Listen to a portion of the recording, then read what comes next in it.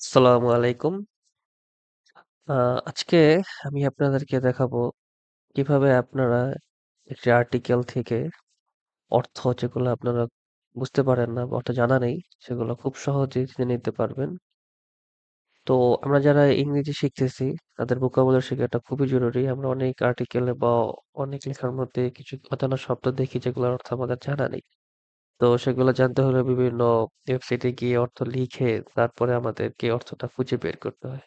এটাকে খুব সহজভাবেই করা যায় এবং লার্নিংটা খুব ফাস্ট হয়। তো আজকে সেই পদ্ধতি থেকেই দেখাবো আপনাদের। তো ধরুন আমরা একটা এখানে কি প্রথম আলো ইংলিশে নিউজ পেপারটা আসলাম। তো এখানে যেকোনো একটা নিউজ আমি ওপেন করি। ওপেন করার পরে যেকোনো একটি ওয়ার্ড যদি আমি ক্লিক করি যেমন টু ওয়ার্ডস এটা জাস্ট সিলেক্ট করলেই সাথে সাথে এটার অর্থটা দেখিয়ে দিচ্ছে যে দিকে। আবার যদি পুরো সেন্টেন্সটাকে যদি ক্লিক করি তো পুরোটার অর্থ দেখিয়ে দিচ্ছে। এটা কিভাবে করতে হয় সেটাই আমি কি দেখাবো আপনাদের। এটা জাস্ট সিম্পল গুগল ট্রান্সলেটর মাধ্যমেই করা যায়। একটা এক্সটেনশন পাওয়া যায় প্রো হচ্ছে আপনার সাফারি, ফায়ারফক্স, অপেরা সব ব্রাউজারের জন্যই এটা অ্যাভেলেবেল আছে।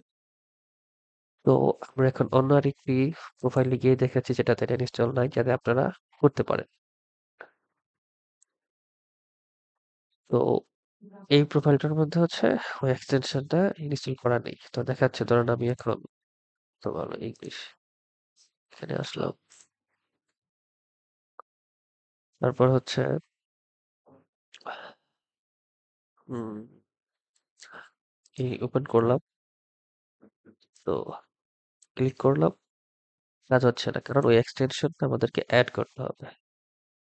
তো এটা এড করার জন্য এই থ্রি ডটে ক্লিক করার পরে এক্সটেনশনে ক্লিক করবেন। ভিজিট ক্রোম ওয়েব স্টোর বা অন্যান্য ব্রাউজারদের যে অপশনগুলো আছে এখানে গেলেই পেয়ে যাবেন আপনার এক্সটেনশন সেকশনে গেলে।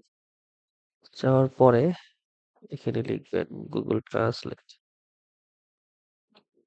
গুগল ট্রান্সলেট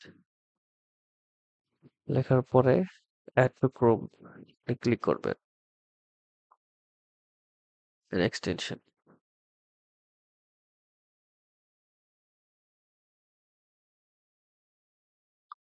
হওয়ার করার পরে এখানে ক্লিক করে এটাকে পিন করবেন।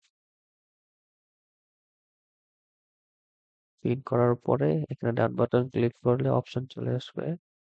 অপশন আসার পর প্রাইমারি ল্যাঙ্গুয়েজে বেঙ্গলি বা আপনারা যেই ল্যাঙ্গুয়েজে ট্রান্সলেট দেখতে চান বা যে ল্যাঙ্গুয়েজ শিখতেছেন তো সেই ক্ষেত্রটা সিলেক্ট করে নেবেন।